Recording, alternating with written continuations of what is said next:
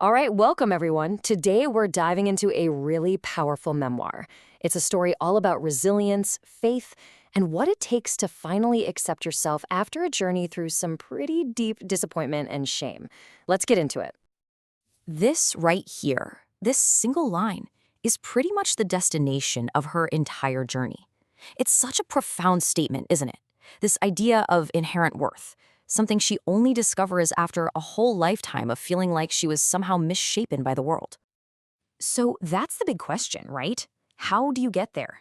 The story we're about to walk through is really a quest to answer that.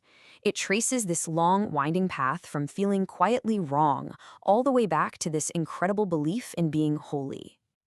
And that quest? Well, it begins right here, in what she calls her songs of innocence.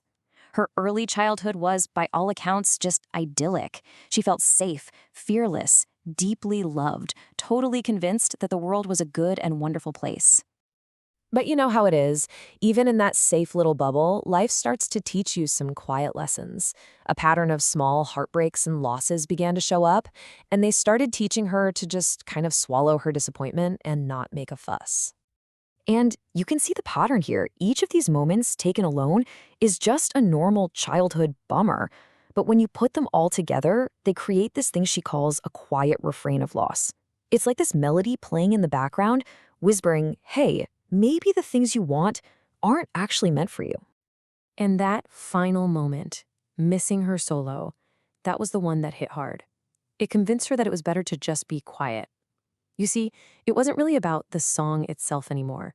It was about losing the belief that she'd ever get a chance to sing her own song at all. Okay, so as she gets older and moves into her school years, that feeling really starts to take root. This is the time when outside judgments and, the careless words people say, they start to shape how she sees herself, how she measures her own worth. Now, she was a really bright kid, but her report cards were always the same. S for satisfactory. Just fine. Average. It wasn't until much later in life that she had this realization. What if S didn't mean satisfactory? What if it meant set apart? It's this powerful contrast that really showed her the quiet bias that had taught her she was just okay, but never exceptional. And this perfectly illustrates the power of a few words. After a doctor's visit one day, her mom just casually mentioned she was surprised she weighed 105 pounds. Totally innocent comment, right? But for a 13-year-old girl, the only thing she heard was, "You're getting fat." And that one comment, it planted a seed of body shame that would follow her for decades. But then comes this wild moment of clarity. Her senior year, she copies a paper from a friend who's in an AP class, a paper that had gotten an A. Well, she turns in the exact same paper, and her teacher gives her a D. Suddenly, the bias was impossible to ignore. It was a strange way to learn it, but the very act she was ashamed of showed her that the system was broken, that she was being graded on perception, not her actual ability. This brings us to her college years, a time she describes as wobbly and unsteady, like having training wheels on for adulthood. It was a time full of hard lessons about love, about betrayal, and about the real-world consequences that come when you're trying to figure it all out. And man, this period was just a series of painful events. Poor choices, heartbreaking betrayals, a messy relationship that actually gets her kicked out of school. It all just kept escalating until it led to this one huge, life-changing consequence, an unplanned pregnancy that she was sure was going to be her ultimate shame. And yet, what felt like her biggest failure turned into her greatest gift. Her daughter, Gabrielle, became her turning point. She wasn't a punishment. She was redemption. It was in learning how to love her child that she started to learn how to love the woman she was becoming. So let's shift gears now to her adult life. For years and years, her whole identity was wrapped up in being the good one, the dependable one, the responsible one. But that very goodness eventually became a kind of cage, and it led to a complete and total collapse. Just look at this. It was a classic pressure cooker situation. An insane workload, nonstop family demands, and almost no personal support for herself. She was literally carrying the weight of everyone else's world on her shoulders. And eventually, it just became too much.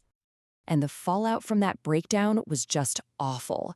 Her family, trying to help, had her committed. She was misdiagnosed as bipolar, put on heavy medications, and separated from her daughter, who for 12 terrible days actually believed her mom was dead. And the real kicker? A new doctor finally figured it out. She wasn't mentally ill. She was just profoundly, deeply exhausted. So, this final section, this is all about renewal. It's the story of her long journey back to herself. It's about a physical and spiritual rebuilding that started with one clear goal: to get back the confident person she'd lost so long ago. 140 pounds. That's how much physical weight she lost after gastric bypass surgery.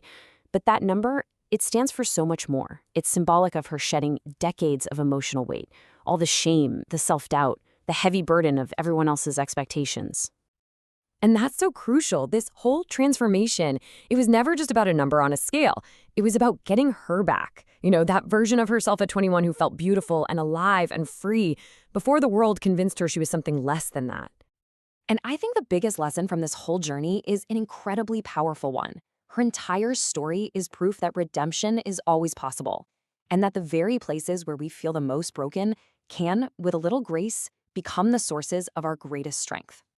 This last line from a poem she wrote called The Composer just captures it all perfectly. She comes to see that there was a divine hand in every single moment, composing this beautiful melody even through all the painful, messy notes of her life. And that kind of leaves us with a question to think about, doesn't it? When you look back at your own life, the good times, the hard times, the joys, the heartbreaks, what's the underlying melody you hear? What is the song behind your own story?